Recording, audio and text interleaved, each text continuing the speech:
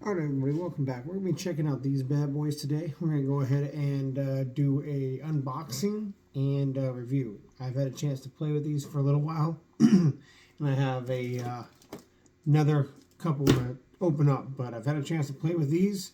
These are the Tascam TH-02 studio headphones.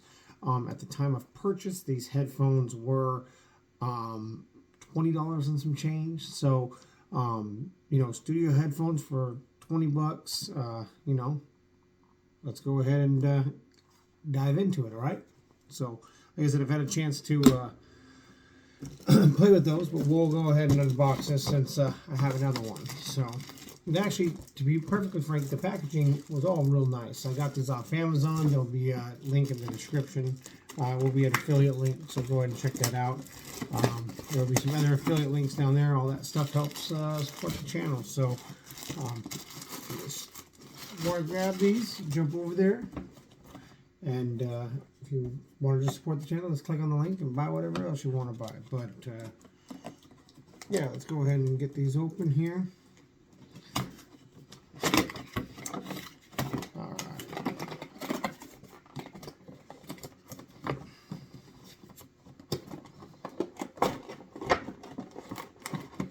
It's like opening like a toy from the 90s, you know. Alright. You got all of your handy dandy paperwork. Make sure you read it. Alright. So, when you get these out here, that's about it. You got the paperwork, the packaging, and your cable. Okay? Now, from end to end, it does come with a 1/4-inch adapter, and then of course your regular 1/8-inch adapter or 1/8-inch plug on there. I believe this is a 9-foot a 9-footer cable here, which is really nice. Now the cable is hardwired in, so I mean 20 bucks you're probably not going to get a disconnected cable, but it'd be nice if you did, because that's kind of the way the world is going nowadays. And the plug on here is not exactly like top-notch, super durable, so it'd be nice if you could have a disconnected one. That way, if you want to keep these longer, you don't have to buy a whole new pair, So, now, these are your typical studio headphones where they rotate in and out like that. Boom. The plastic on these things, because the whole thing is basically plastic. It's not awful. It's not super cheap and nasty though, but listen.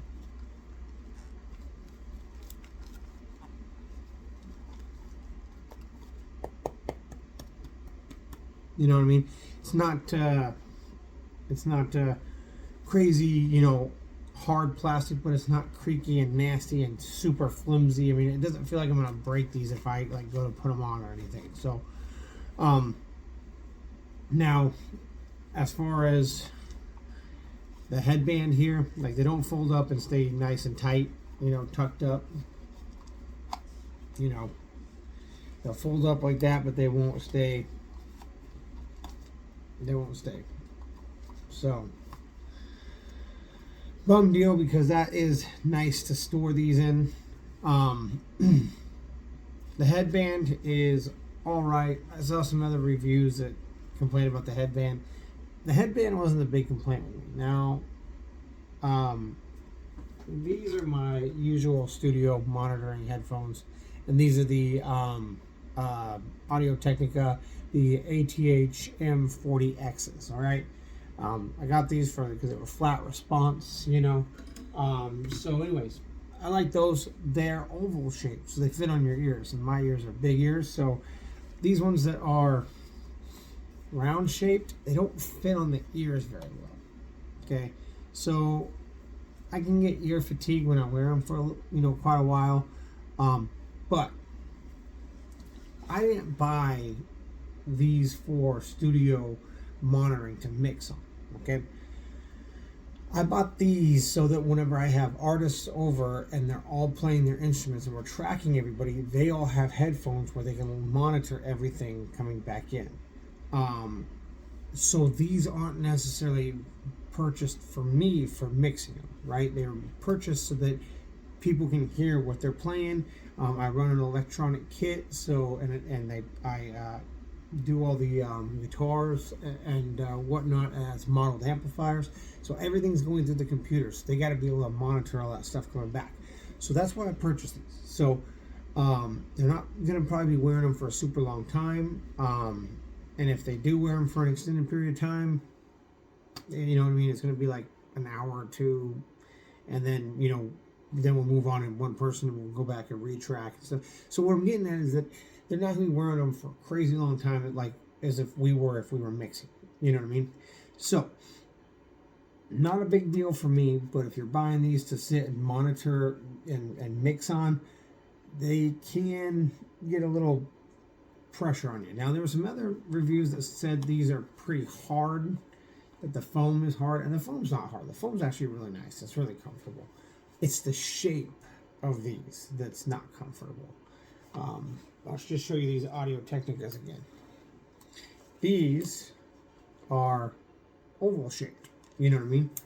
And whenever they go in the ears, they actually cover my entire ear, So that's really nice with these. Now, like I said, not a big fan of the round. Now,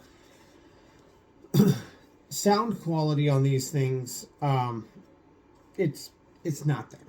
Okay, let's just be honest. It's not there. I don't have a ton of cheap headphones, so I can't really compare these to like the Behringer or anything like that, but it's just not there. So if you're wanting like a pair of like nice studio monitoring headphones, these are probably not going to be the ones. I mean, you're going to have to probably jump to around about $100 to get some decent ones, right? This is not going to be the thing, right? However, the caveat to that is that you can mix on anything, right? You can mix on anything as long as you know what it is that you're listening to. So if you're listening on a pair of crappy speakers, right? If you know they're crappy, then you can mix the song. Because if you should be using reference tracks as well, okay? So if you have a reference track with these headphones, you'll hear, especially one that you're familiar with, you'll hear how the reference track sounds. And you can dial in your mix, even though both might sound muddy, to match that reference track. Now, it's not ideal, but you can do it, okay? So if you got a studio, you're on a budget, if you're trying to get into it, it's what you can afford, definitely grab it, okay? Don't overspend on something, you know what I mean, if you don't got the cash for it. Now, if you're getting some headphones so that just some other people in here can like have some headphones to track and you don't really need it to, to sound super great, and it doesn't matter if it's, if you get fatigued if you wear them for 3 hours because they're not going to be wearing them for that long or whatever, then these should be just fine. You know what I mean? And really, if you just want some headphones just to listen to some stuff, I mean, these are going to be just fine as well. But, I mean, these are not going to be replaced like any kind of crazy expensive studio monitoring headphones. You know what I mean? But once again, they're $20. And the build quality on these is nice. It's great. I mean, it's gonna be just fine. Like I said, there's the shape of the earmuffs or the ear covers, whatever. Not exactly the best. I could deal with kind of the cheapy plastic stuff on here, and the headband's not bad. The other thing that's nice is if they extend all the way. You don't have the headband on there, but I mean they extend really big. So if they were on my ears like that, boom. So, I mean, they get big. But, yeah. And, the problem is that, like, if I have them tucked up nice so that, like, you know, the headband is resting on my head. They kind of bend in a little bit, you know. But as of right now, they're kind of over my ears. Just not quite as comfortable as the oval shape, you know. So once again, if you're on a budget or you just need something to get you through, you know, maybe for a couple months or something like that, I mean, these will be just fine. Just make sure that if you're getting them for like actually mixing your songs, that you get you know, something to A/B so you can use reference tracks, because you will need them with these, because this is not going to give you a good representation of what the song sounds like. Now, you can hear like highs and the lows, but these are heavy mid-range focused and not mid-range like in a good mid-range. They're muddy, you know what I mean? They sound pretty damn muffled, you know. Well, I shouldn't say quite muffled, but definitely muddy. Anyways, and you can hear the bass in there, but you can't feel the bass. So you can hear it, but you can't feel it, right?